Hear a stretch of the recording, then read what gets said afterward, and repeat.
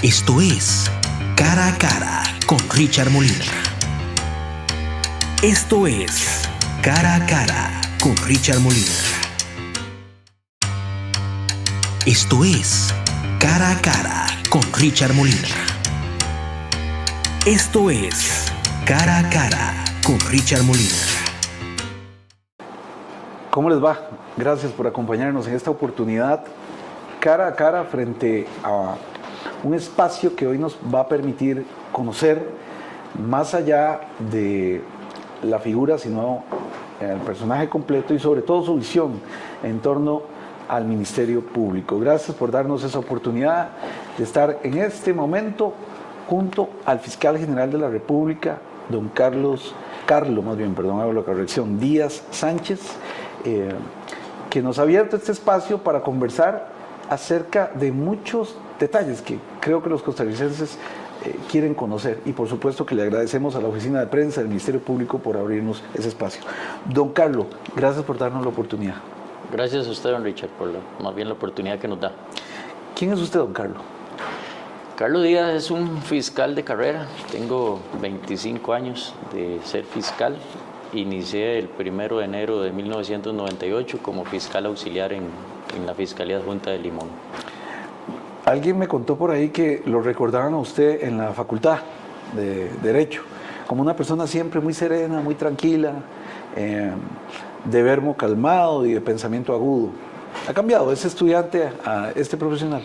No, prácticamente siempre me he mantenido así, una persona, no me gusta sobresalir, tranquilo, estudioso y que está muy agradecido con la institución. En este caso me refiero al Ministerio Público. ¿Usted es de Limón? ¿Empezó ahí o es de Limón? No, yo no soy de Limón, yo soy de San José, Acerrí, y empecé mi labor profesional en Limón.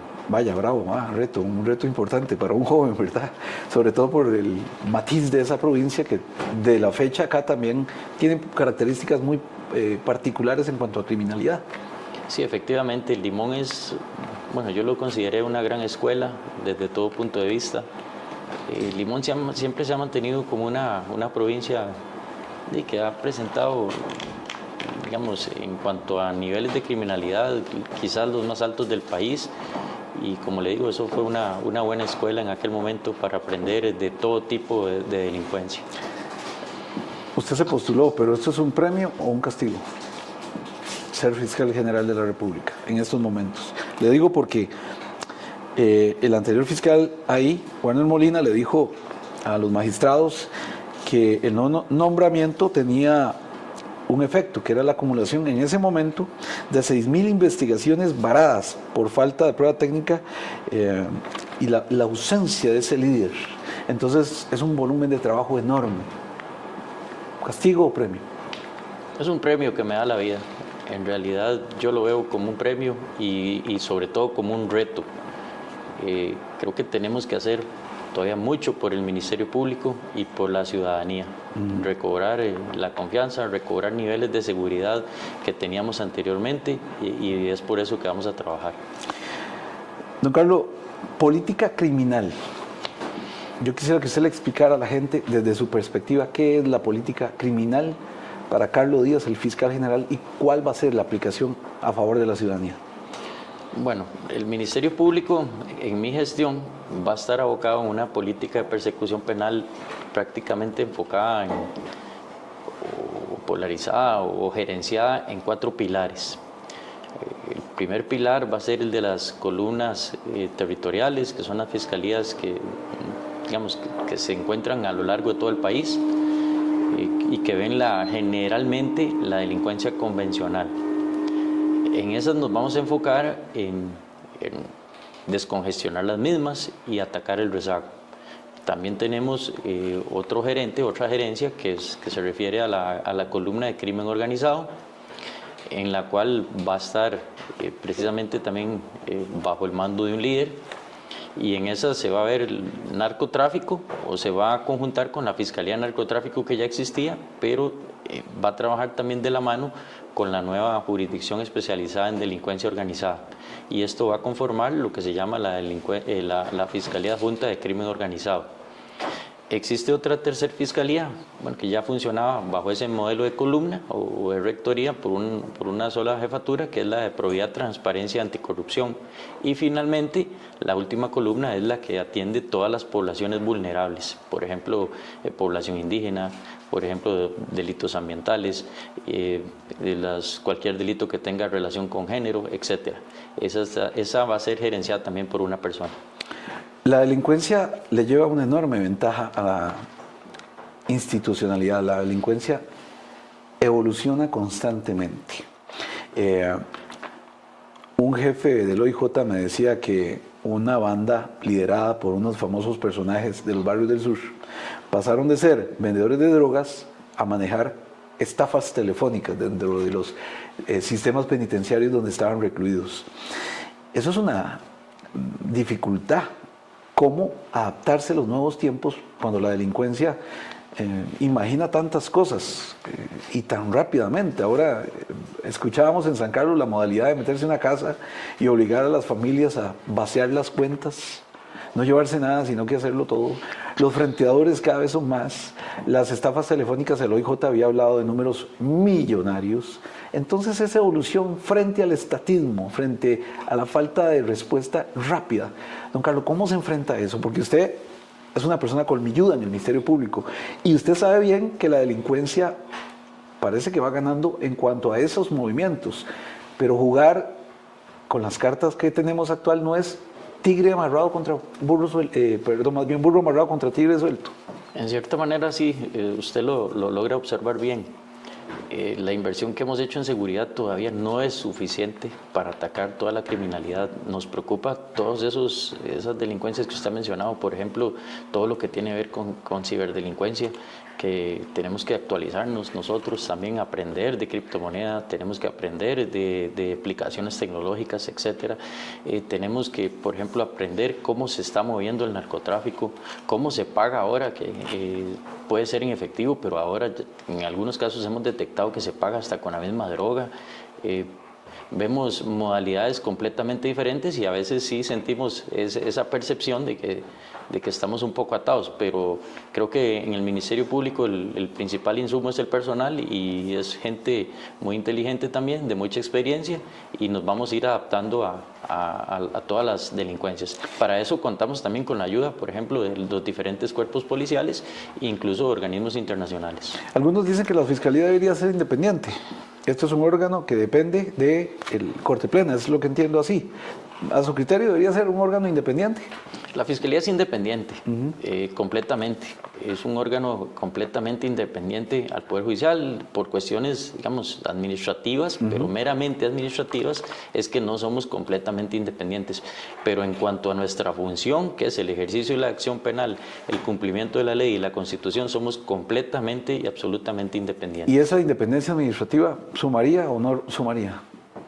¿Sumaría a qué, perdón? En el sentido de que no estén atados al Poder Judicial o a la Corte administrativamente, como usted lo señalaba. ¿Sumaría en beneficio de la Fiscalía o prácticamente eso no tiene nada que ver?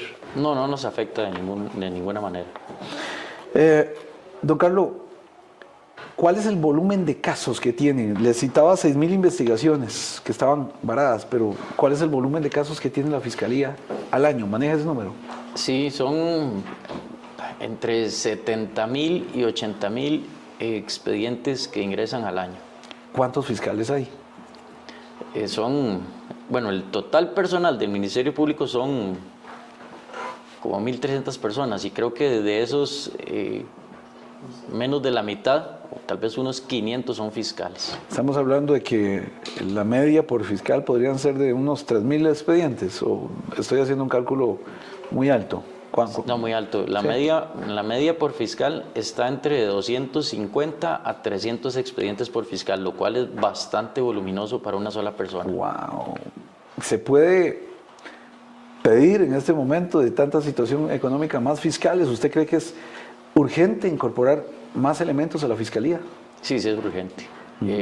Nosotros estamos midiendo y prácticamente también esa es nuestra labor actual, medir con qué contamos, qué tenemos y medir también el ingreso por persona, digamos, de causas, redistribuir recursos. Creo que ya eso ya lo hemos ido haciendo, pero ya no hay más margen para redistribuir, y entonces aquí lo que nos corresponde es medir la capacidad que tienen real estos fiscales de atender esas causas.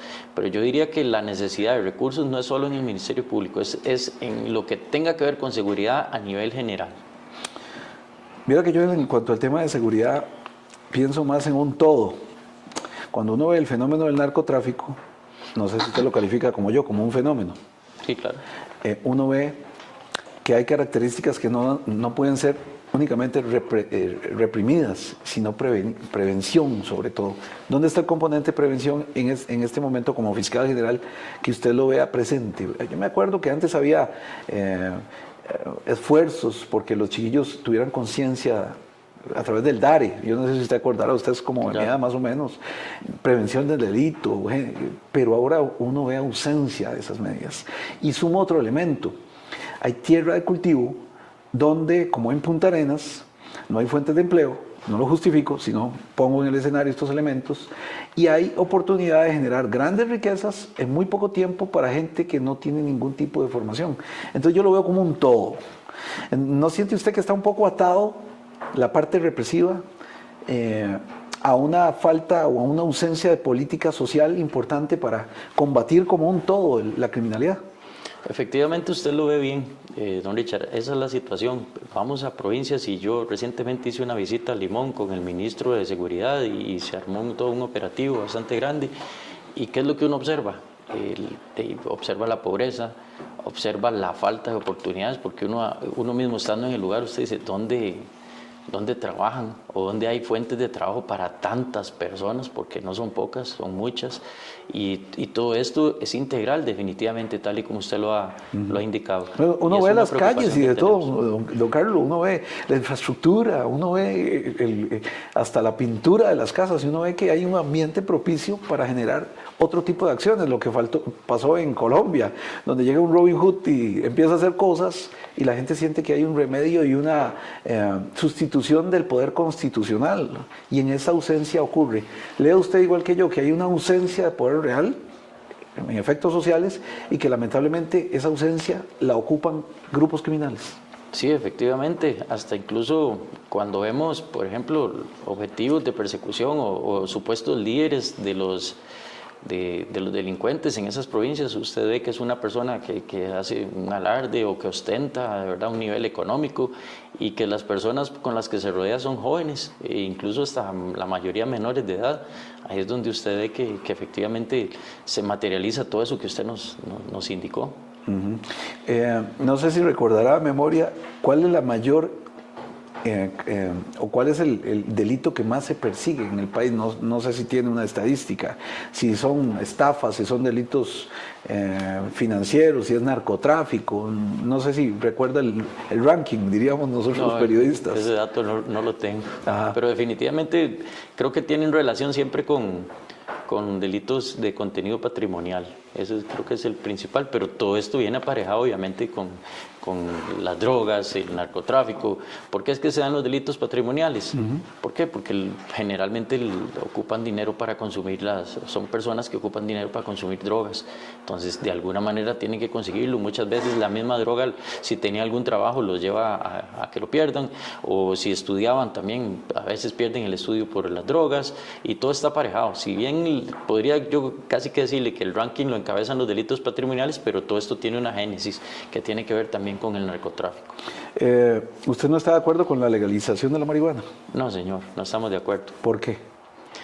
La droga, en este caso cualquier tipo... Yo soy de Barrio y le puedo decir a usted que nunca le vi ningún beneficio, nunca, en primera persona, ejemplos muy duros en la familia, nunca le vi un beneficio, nunca he entendido que puede usarse de forma recreativa desde mi perspectiva.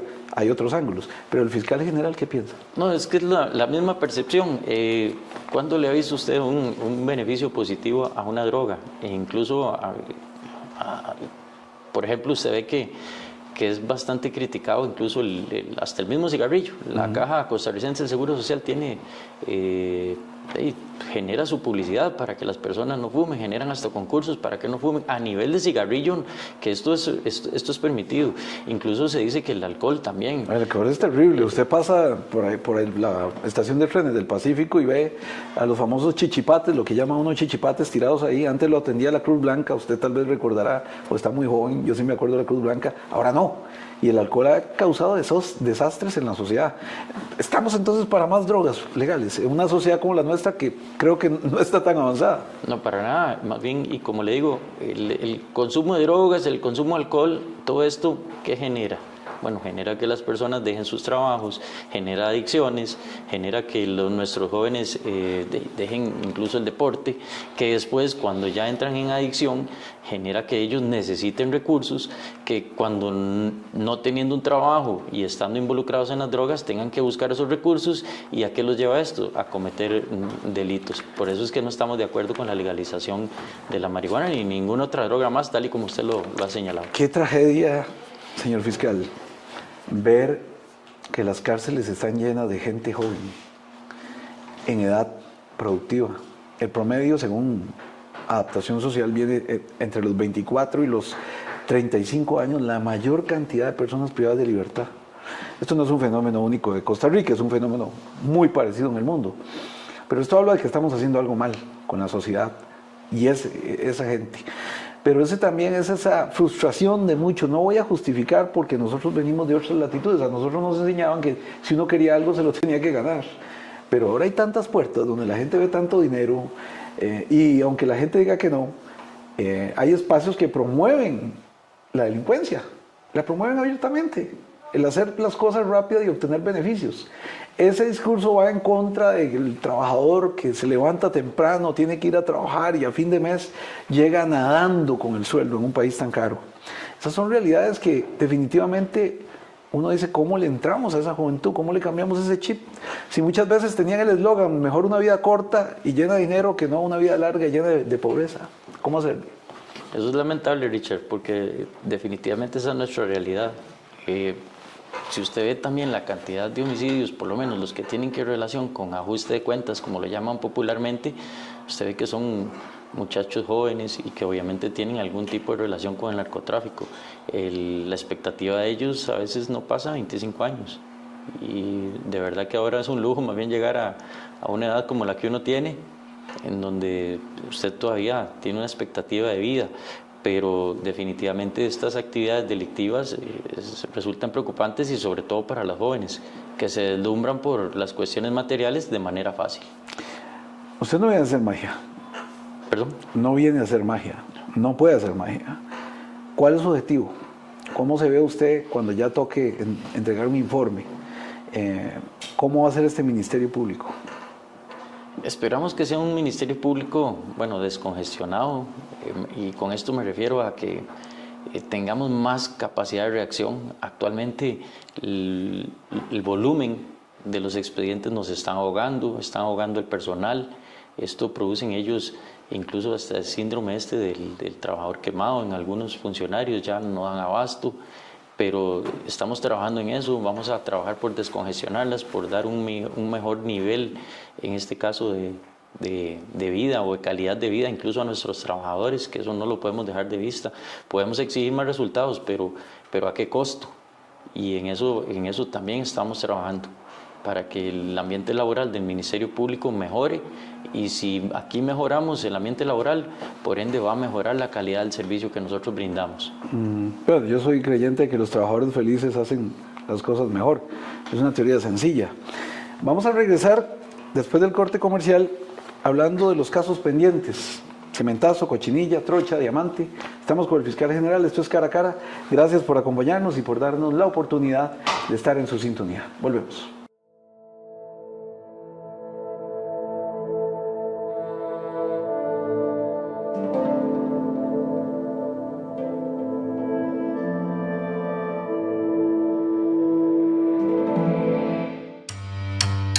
Esto es Cara a Cara con Richard Molina.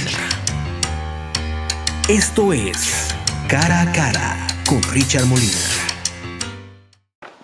Gracias por acompañarnos. Recuerde elguardian.cr en la web, estamos para servirles y en esta oportunidad con el fiscal general de la República en cara a cara, don Carlos Díaz Sánchez, conversando de la situación que más nos preocupa después del desempleo, la inseguridad, pero como un todo, no aislado.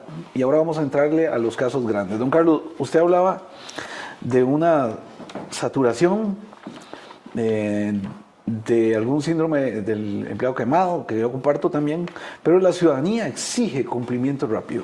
Cementazo, Cochinilla, La Trocha, Diamante, UPAP, son casos que le llaman poderosamente la atención a la gente y que en el caso de La Trocha inició en el 2012 y hasta el 2020 la Fiscalía solicitó una desestimación ante el Juzgado Penal de Alajuela. El expediente del caso incluía a 26 personas acusadas, sin embargo se redujo a 13.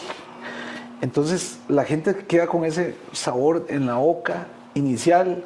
Mucho tenemos que ver nosotros los medios de comunicación por crear falsas expectativas, por venderle a la gente que la justicia es rápida y cumplida como en las fábulas, cuando la realidad es otra.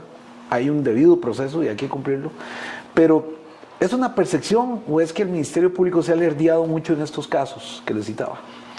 No, Richard, en este caso el Ministerio Público obviamente enfila también como uno de sus objetivos la atención priorizada a estos casos, pero sí hay que entender una cosa, son expedientes muy voluminosos, expedientes muy grandes. Por ejemplo, en algunas de las aperturas de evidencia son teras y teras de información tecnológica o información, digamos, de computadoras que tiene que ser analizada por los fiscales, que tiene que ser analizada por los peritos del organismo de investigación judicial, en el cual se tiene que cumplir el debido proceso, que incluso ya en esos procesos se involucran los abogados y a veces también como parte de la estrategia de ellos es atrasar el mismo, pero eso, con todo eso tenemos que trabajar.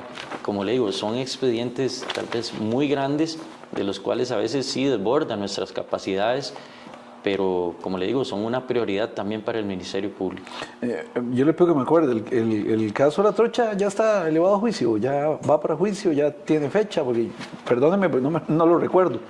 No sé si tiene fecha, sí sé que se hizo una acusación, o tengo entendido que sí hay una acusación contra algunas personas, y en otras, como usted lo indicó, hay desestimación. Pero sí, ya ese caso estaba acusado. El caso Cementazo, investigación inicia en el 2017 y el 2022, el 15 de julio, la Fiscalía acusa a 17 personas, comillas. Pero algunos medios empezaron a meter presión e insistieron en meter presión. La gente empezó a hablar del cementazo. Juan Carlos Bolaños empezó a dar entrevistas. Los diputados empezaron a notar un hedor cada vez más profundo. Solo el fiscal general en esa oportunidad, por supuesto, no sabía del tema, refiriéndose a Jorge Chavarría. Cada causa relacionada al asunto que llegó a sus manos fue siempre desestimada. Al presidente Luis Guillermo Solís le encantaba repetir eso, que no había pasado nada, que todo fue desestimado. Esto es un extracto de Delfino CR, en el caso del cementazo. La presión mediática, ¿cuánto afecta a los expedientes judiciales? Siente usted, yo le pido honestidad, porque usted se la debe a Costa Rica, don Carlos. A veces los medios tenemos intereses particulares. Somos muchos corporativos, otros independientes, pero ¿cuánta presión se le mete a un caso, como decía el colega aquí? No, definitivamente, y lo digo con todo respeto para los medios de prensa, sí hay mucha presión,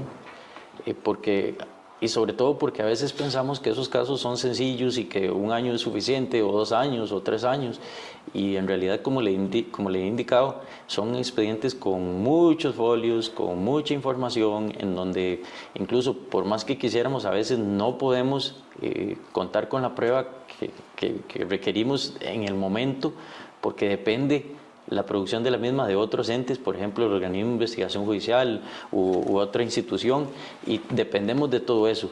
Entonces decir que tal vez un expediente de esto se va a resolver en 1 año o esperar una respuesta en 2 años es a veces ilusorio, y como usted lo dice, sí nos meten presión, pero tenemos que trabajar con la misma.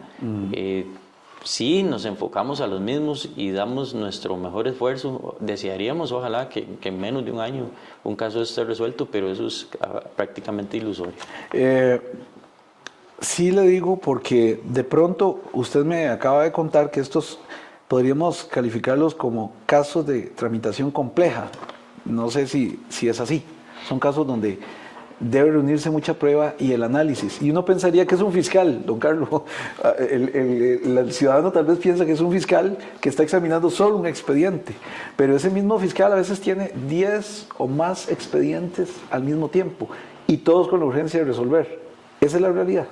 Esa es la realidad. Incluso desearíamos tener un fiscal solo destinado a eso, pero más bien ahí se forman equipos de trabajo, a veces 2, 3, hasta 4 y 5 fiscales los que ven un tipo, por ejemplo, de casos como estos, y aún así, conformando un equipo de trabajo, 2, 3, 4 fiscales, no damos abasto, porque de verdad son bastante voluminosos. La cantidad de personas involucradas también es bastante amplia. La cantidad de gestiones que se realizan es bastante amplia. Incluso las audiencias, usted puede ver, ya no son audiencias de 1 hora, son 2, 3 días, 1 semana, 15 días. Todo eso afecta definitivamente el trámite expedito de una investigación como estas. Entonces, ¿a usted lo sorprendió el caso ST por la agilidad de la resolución?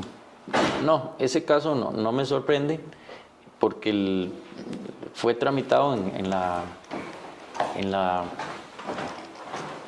Le escucho. En la Fiscalía de Delitos Económicos, y el mismo, en su momento los fiscales o las fiscalas que lo analizaron consideraron que no existía elementos de convicción suficientes para enviar este asunto a juicio. Don Carlos, pero es muy rápido porque eso entra a mediados de octubre y de pronto ya el 2 de enero se tramita una solicitud de esa estimación que luego llega hasta el 9, es el día que se mueve. Entonces uno dice, puña, usted me acaba de contar, se lo acaba de contar a la audiencia, que hay un volumen de trabajo importante y hay elementos que nos llaman poderosamente la atención. A nosotros nos contestó la oficina de prensa del Ministerio Público, comillas, producto del análisis de los elementos de prueba que se aportaron dentro de la denuncia que dio origen a dicha causa, se remitió por parte de la Fiscalía requisitoria de peritaje ante la sección de anticorrupción de delitos económicos del OIJ, siendo que mediante el informe tal del 21 de octubre del 2022 se comunicó que para realizar la pericia contable requerida por parte de nuestra Fiscalía se necesitaba el trámite de una asistencia internacional a la República de Panamá con el fin de obtener prueba para el caso. Al respecto, consultada la Oficina de Asesoría Técnica y Relaciones Internacionales del Ministerio Público, se nos informó vía correo electrónico que ante consulta realizada su homólogo en Panamá comunicó que los delitos contra el Tesoro Nacional de defraudación fiscal fueron tipificados mediante la ley número 70 del 31 de enero del 2016 y que antes de su entrada en vigencia tales conductas eran competencias de la esfera administrativa y no penal. Esto suena a un asunto muy complejo. Sí, efectivamente. Eso lo respondió la fiscal a cargo cuando nosotros pedimos respuesta. Sí. Esto suena a complejo. Y le estoy mostrando esto. Le estoy mostrando esto a la ciudadanía. En principio se dijo que no había prueba. Este fue un documento que circuló dirigido a muchos directores de medios, donde se sumaba más evidencia. Dice, atención, Fiscalía Adjunta, Económicos, Tributarios, Aduaneros, Propiedad Intelectual, causas con solicitudes de estimación, nuevos elementos de prueba. Le voy a entregar esto a usted. Esto nos llegó a nosotros, pero uno como medio de comunicación no hace nada con esto. Estos son 45 documentos que seguramente ya usted los conoció de la causa, donde se dice que hay nueva prueba. ¿Los ha visto, don Carlos? Así, en una rápida ojeada ya se los informaron, porque eso no lo copiaron a todos los directores de medios. Y habla de un asunto muy sencillo de comprender, haciendo consultas, eso es suyo, si me hace el favor, haciendo consultas prácticamente a estados financieros. Entonces dice uno, bueno, parece que sí faltaba por analizar elementos de juicio, porque cuando una persona simple y sencilla como yo, dentro de mi ignorancia, me meto a una web que me pasan ahí ese documento y veo el despliegue de información, en ese caso que le acabo de entregar, don Carlos, 45 documentos, uno dice, oye, ¿esto se examinó o no se examinó? A su criterio, yo sé que no puede adelantar porque el caso está ante la inspección judicial, a su criterio, ¿usted siente la conciencia tranquila de que este caso se ha llevado bien? De momento sí, siento la conciencia tranquila. Cuando se hizo la desestimación fue de manera fundada y en este caso era por la falta de algunos elementos probatorios que, como usted bien leyó ahí, tienen que ver con con la prueba internacional. Si no tenemos el correspondiente de la prueba internacional, para nosotros de momento no podemos demostrar la existencia de un delito, pero la desestimación no impide que la causa se reabra si nuevos elementos de prueba no se incorporan al proceso. ¿Esa prueba ustedes se la enviaron? Porque nosotros tenemos, son 45 documentos donde habla de estados financieros, en este caso de la compañía señalada. ¿Los tenía usted? ¿Tenía conocimiento de eso? Esto que usted me acaba de presentar, yo no los tengo. No sé si será la misma prueba que consta ya en el expediente. Esa prueba ya está en análisis por otro fiscal adjunto, diferente a la persona que analizó el expediente. Porque, lo repito, es un ciudadano. Alguien hace una investigación, se le envía a uno le dice, aprieta el clic y ve estados financieros. Entonces, a uno le preocupa que uno encuentre situaciones interesantes. Y le voy a contar otra cosa, Juan Carlos. Me permiten, porque tengo que contar esto. Son elementos que a uno le llaman la atención. Esto es una línea de tiempo que hicimos nosotros. Nosotros le preguntamos al Ministerio de Hacienda el 11 de diciembre sobre el caso. Nos responden 24 de diciembre. Ya el Ministerio de Hacienda había salido, pero nos responden el 24 de diciembre. El 2 ocurre el trámite para la desestimación y nosotros preguntamos el 11 ante el Ministerio Público si existía una causa. Le explico a la ciudadanía y a usted también, don Carlos. Cuando nos responden el 24 de diciembre, nosotros tenemos imposibilidad de publicar. Ya el Ministerio de Hacienda nos había confirmado que había una investigación abierta y que se había trasladado una noticia de crimen al Ministerio Público. Don Carlos, y como lo sabrá la colega, estaban de vacaciones, yo no podía preguntarle a nadie más y confirmar. Cuando preguntamos el 11, nos responde la Fiscalía que no hay ningún caso, y la pregunta directa es, señores, ¿el Ministerio Público está investigando el caso tal? Y la respuesta es, la Fiscalía de Anticorrupción dice que no está investigando. ¿Cuál es mi sorpresa? Se lo cuento como hecho, que estos son hechos que nosotros consideramos como muy llamativos, porque el día 11 nos dicen que la Fiscalía de Anticorrupción dice que no hay nada. Nosotros no le preguntamos por la Fiscalía de Anticorrupción. Nosotros dijimos el Ministerio Público. Resulta que el día de la conferencia de prensa en Hacienda, la notificación es que la Fiscalía que estaba investigando era la Unidad de Delitos Económicos. Nosotros nos quedamos sin publicar porque a nuestro criterio nos indujeron un error y no tuvimos posibilidades. Entonces, poderosamente nos llama la atención que en ese mismo momento, se lo cuento, don Carlos, inicia un ataque en contra del guardián de parte de un personaje. Yo no he visto a este señor en esa ecuación, no lo he visto en la investigación, pero es hecho probado que el día 2 de enero empieza un ataque en contra del guardián desde nuestra perspectiva reputacional, ¿verdad? Era muy evidente. Nosotros habíamos preguntado por ese caso y justamente publican cosas en contra de nosotros y nos dañan la reputación. Se lo cuento como anécdota porque eso nos frenó. Nosotros dijimos, si publicamos en este momento, van a decir que nosotros estamos orquestados. Y nos contuvimos. Pero hay tantos elementos que uno examina, como le digo, puede haber error humano, yo lo entiendo, pero la Fiscalía tiene el deber, y corríjame si me equivoco, señor fiscal, de indagar hasta el máximo, de machacar, de esas dudas que tiene un ciudadano tan sencillo como yo, que no se queden en el aire. ¿Cómo es posible que me respondan el 11 que nadie está investigando este asunto, después que confirmen que si hay una investigación, al día siguiente que digan que no? Es una serie de circunstancias desafortunadas, diría yo, pero que a uno como ciudadano le queda esa percepción de que hay que investigar más. Entonces no tiene esa misma percepción. Ahora que le cuento este cuento, no sé si me entendió, como fiscal, no diría usted, puña, por lo menos tengo que ponerle atención a lo que podría estar ocurriendo. No, por supuesto, su preocupación nosotros la hacemos nuestra también. Nos ponemos de su parte, de su lado, ¿verdad? Como ciudadano, y vamos a continuar investigando. O sea, en esto no ha finalizado. Por dicha, se trata de una desestimación y nosotros haremos las investigaciones que correspondan. Si logramos demostrar al final que hay el delito, vamos a perseguir a las personas que lo cometieron. Si no logramos nuevamente demostrar, pues vamos a a ser objetivos en la presente causa. Es que voy a unir cabos. Nos faltan fiscales, pero tenemos una crisis económica. Cada céntimo que entre a la Hacienda, el fiscal general puede ir ante los diputados y en el próximo presupuesto de la República, del Poder Judicial, le van a dar más plata. Es que ese es un asunto de un todo. Si yo no tengo plata, no puedo contratar más fiscales. Es un asunto que nos daña a todos.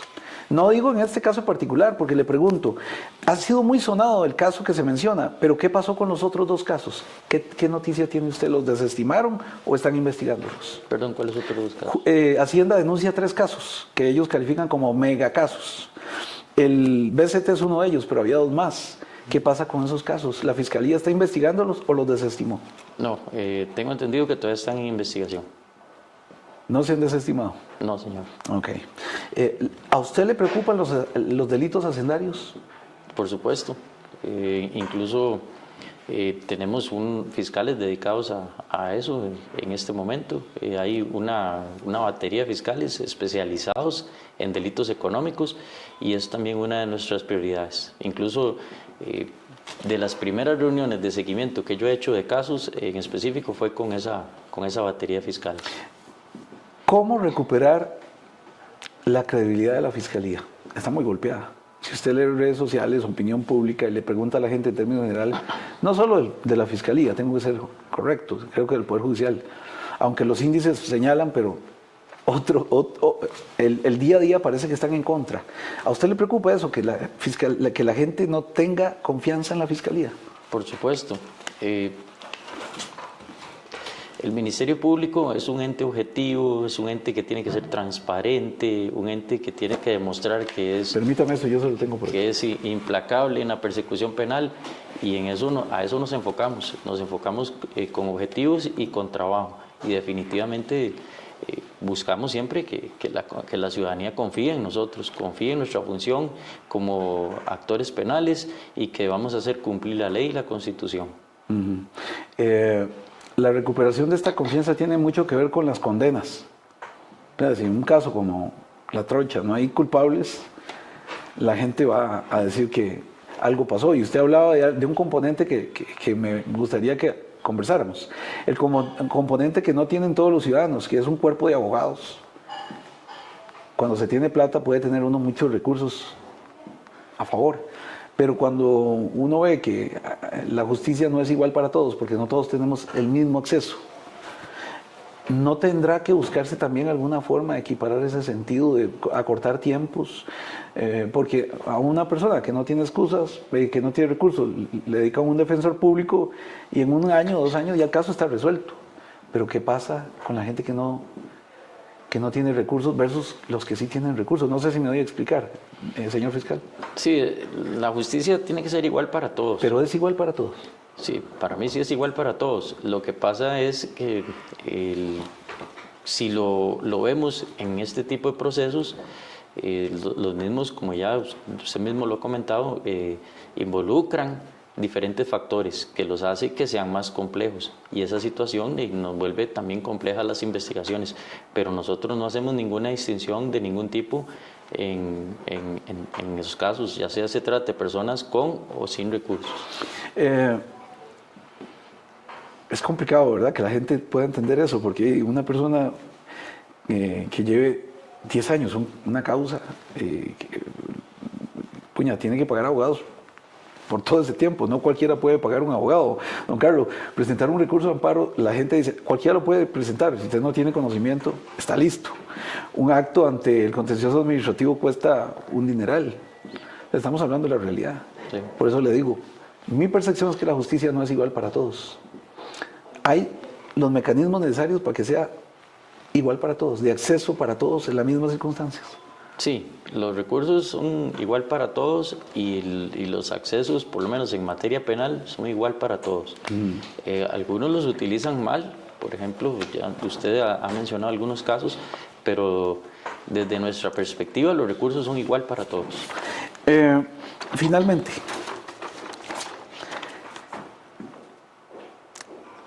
El artículo 295 del Código Procesal Penal dispone que el procedimiento preparatorio no será público para terceros y que las actuaciones solo podrán ser examinadas por las partes, directamente o por medio de sus representantes.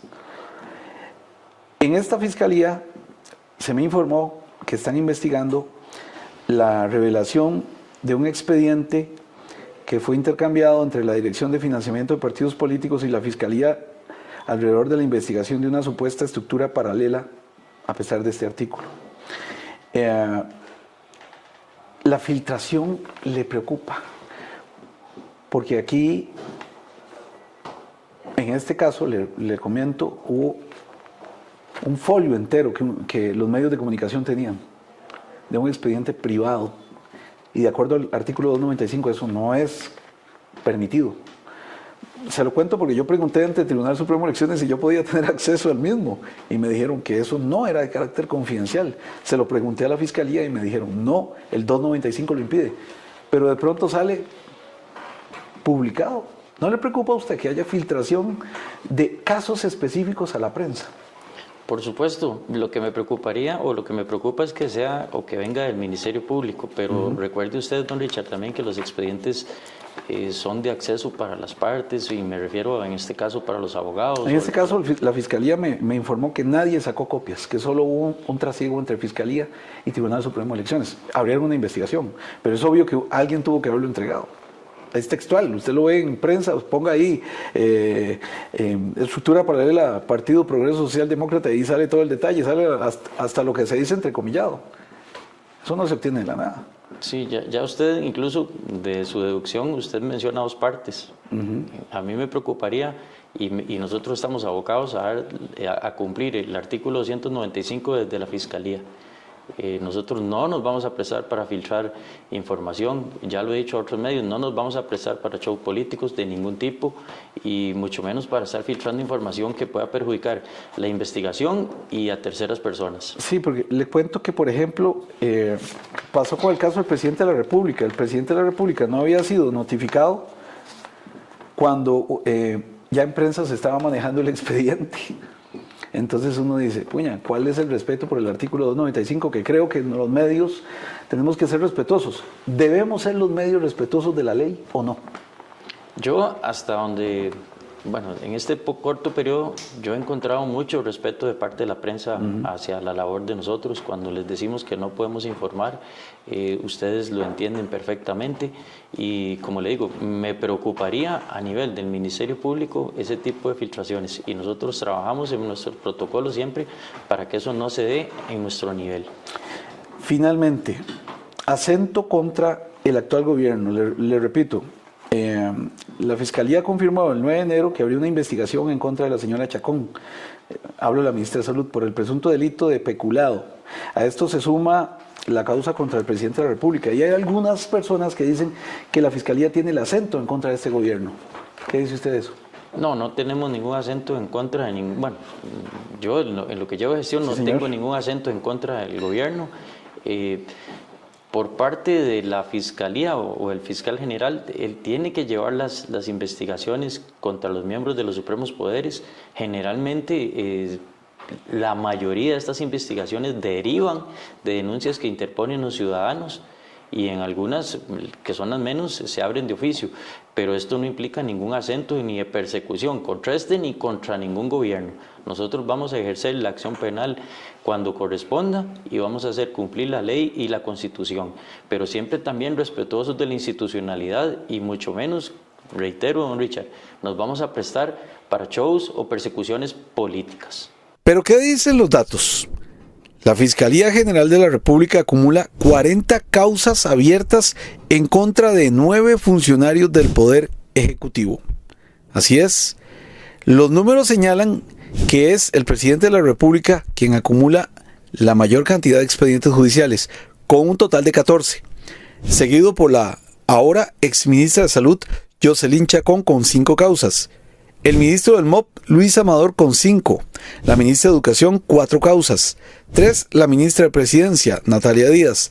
3, el ministro de Justicia, Gerald Campos Valverde. 2, el vicepresidente, Stephen Brunner. 2, el ministro de Hacienda, Novia Costa. Y 2, el ministro de Seguridad Pública, Jorge Torres Carrillo. Mire, aquí en Costa Rica se ha utilizado el Poder Judicial para fregar. Termino con esto. ¿Le preocupa la liberación de reos de parte del Instituto Nacional de Criminología? Que no le dicen a usted, buenos días, cuando uno se da cuenta la gente está liberada. No es este el caso, pero cito el caso de los 2 gordos, ¿verdad? En Punta Arenas. De pronto ustedes hacen un esfuerzo con el OIJ, hacen un operativo, intentan ver, al día siguiente los muchachos están libres. Eso, lo que la gente dice es, eso sí, eso es que está pasando. Pero también se suma a esto, porque usted se lo dijo a un medio, que le preocupa la liberación de reos peligrosos sin que el Instituto Nacional de Criminología le pregunte a la Fiscalía. Sí, efectivamente, nosotros lo que queremos es estar informados de esas liberaciones para ejercer los controles que correspondan. Igual, cuando liberan a una u otra persona del sistema judicial, nosotros, bueno, nos informan y nosotros ejercemos los mecanismos legales, y precisamente eso es lo que queremos, nada más tener conocimiento y ejercer los mecanismos legales cuando corresponda. Esa es la pregunta que yo creo que todos los ciudadanos tenemos que hacernos. ¿Cómo le ayudamos a la Fiscalía? ¿Qué persigue usted de nosotros los ciudadanos? Yo le pediría a la Fiscalía, a la ciudadanía, sí, perdón, que ayuden a la Fiscalía, que se presenten a denunciar lo que corresponda. Muchas veces ahora y actualmente es difícil investigar, tal vez eso ustedes lo pueden también incluso hasta ver como periodistas. Quizás antes en cualquier caso las personas daban declaraciones, ahora creo que ustedes mismos lo ven, si no es prácticamente con identidad protegida no les dicen nada, y eso se ha traducido, se ha llevado también a los estrados judiciales. Ya las personas no quieren declarar, obviamente temen por sus vidas, los delitos son cada vez más violentos, y ellos sabiendo que pueden exponer sus vidas, mejor no deciden declarar.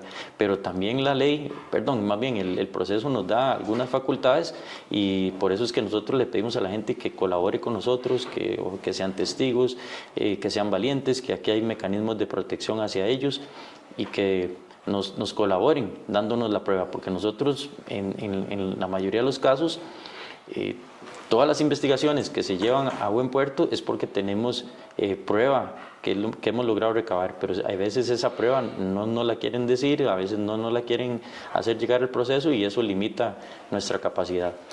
Y no puede trabajar solo el Ministerio Público, tiene que rodearse de entidades sociales para que le ayuden en la política criminal, porque usted no podrá caminar solo. O sea, usted puede ordenarle a los fiscales garrote, pero igual si una persona llega a una comunidad narcotraficante, da becas, financia equipos de fútbol, genera empleo, esa persona la van a proteger, porque esa es la realidad.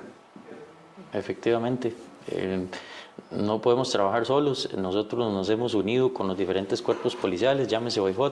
Pero no solo cuerpos policiales, desde Limas sí, hasta el ICODER, todo cuenta en esa política criminal, ¿o no? Sí, efectivamente, en eso, por eso hemos creado enlaces y equipos, reuniones para formar equipos de trabajo. Creo que hay una iniciativa incluso que viene del Poder Ejecutivo, que es retornar a los consejos de seguridad, y eso nosotros lo vemos con muy buenos ojos. Yo le deseo a usted que le vaya muy bien como ciudadano. Espero que el Dios Todopoderoso, por ser creyente, lo acompañe y que lo proteja, y que tenga la oportunidad de devolverle esa reputación al Ministerio Público. Sus 2 últimos antecesores, Jorge Chavarría y Emilia Nava, salieron por la puerta trasera, por lo menos ante la opinión pública. ¿Qué piensa usted de eso? ¿Quiere salir por la puerta grande o no le preocupa lo que piensa la opinión pública? A mí me interesa, obviamente, lo que piense la opinión pública, pero que sea respaldada con trabajo, o sea, con resultados. No llegar a ser, por ejemplo, crear una falsa opinión pública, sino demostrarlo con trabajo, con rendimientos, con resultados. ¿Y cómo se demuestra esos rendimientos y resultados?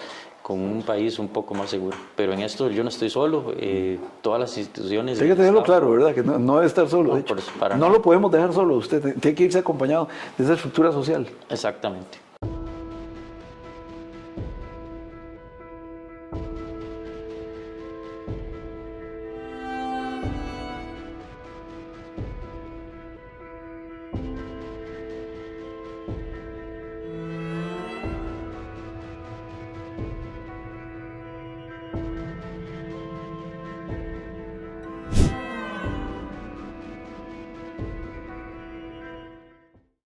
Don Carlos, muchas gracias por la oportunidad. Gracias a usted, don Richard. Dame la mano. Muchas gracias y que Dios lo bendiga.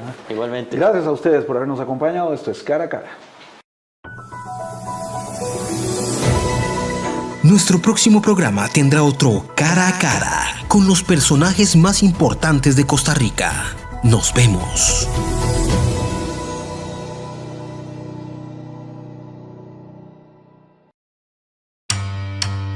Esto es Cara a Cara con Richard Molina. Esto es Cara a Cara con Richard Molina.